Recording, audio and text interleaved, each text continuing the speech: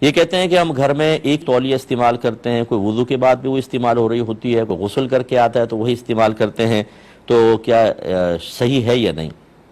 دیکھیں شرعی اعتبار سے تو اس میں کوئی حرج نہیں ہے، کیونکہ اگر آپ وضو کرتے ہیں تو بہرحال اس میں وضو کا پانی تو لگتا ہے، لیکن جب اس کو لٹکا دیتے ہیں تو وہ سوکھ بھی جاتی ہے، اور فرض کر لیں نہ سوکھے کر کے آیا اور آپ نے اسی کو یوز کیا تو مستعمل پانی آپ کو لگے گا، اور یہ ناپاک نہیں ہوتا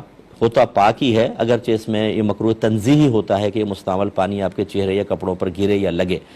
اور اسی طرح غسل بھی اگر کوئی کرے گا، چاہے غسل جنابت ہی اس نے کیا ہو، اس پہ بھی جو پانی لگ کر گرتا ہے وہ ناپاک نہیں ہوتا، مستعمل ہوتا ہے۔ اور مستعمل کا مطلب یہ ہے کہ اس سے وضو یا غسل آپ نے کیا ہو، جس کو ہم نجاست حکمیہ کہتے ہیں، یا ثواب کی نیت سے اس کو استعمال کیا، یا میت کو جب ہم غسل دیتے ہیں جو پانی گرتا ہے اس کو مستعمل کہتے ہیں، تو لہٰذا وہ پانی ناپاک نہیں ہوتا، لیکن اس کو جسم سے لگنا نہیں چاہیے۔ تو اس لیے اگر تولیہ کو یوز کرتا بھی ہے تو اسے چاہیے دھوپ میں ڈال دے تاکہ خشک ہو جائے۔ یہ تو ہے شرعی مسئلہ۔ باقی جو طبی نقطۂ نگاہ سے ہے وہ یہ کہا جاتا ہے کہ ایک دوسرے کے اس طرح کے ٹاول کو یوز نہ کریں، کہ بعض اوقات اسکن جو ہوتی ہے کھال سینسٹیو ہوتی ہے، حساس قسم کی ہوتی ہے، اور ہر ایک استعمال کر رہا ہوتا ہے تو یہ، اور جہاں گندے قسم کے لوگ ہوں معذرت کے ساتھ کہ ٹاول صاف کرتے کرتے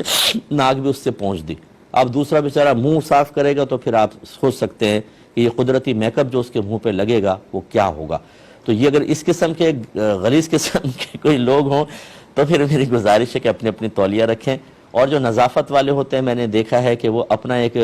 رومال تولیہ والا یا اپنی تولیہ علیحدہ رکھتے ہیں، وہ کہتے ہیں میں وہ لے کے جاتے ہیں اور واپس لا کے رکھ دیتے ہیں اور منع کرتے ہیں کہ میری تولیہ استعمال نہ کی جائے۔ لیکن بہرحال میں نے آپ کو بتا دیا کہ اگر گھر والے سب ایک ہی تولیہ یوز کرتے ہیں تو شرعاً یہ ناجائز نہیں ہے، طبی نقطۂ نگاہ سے یا نظافت کے اعتبار سے خیال کر لیا جائے۔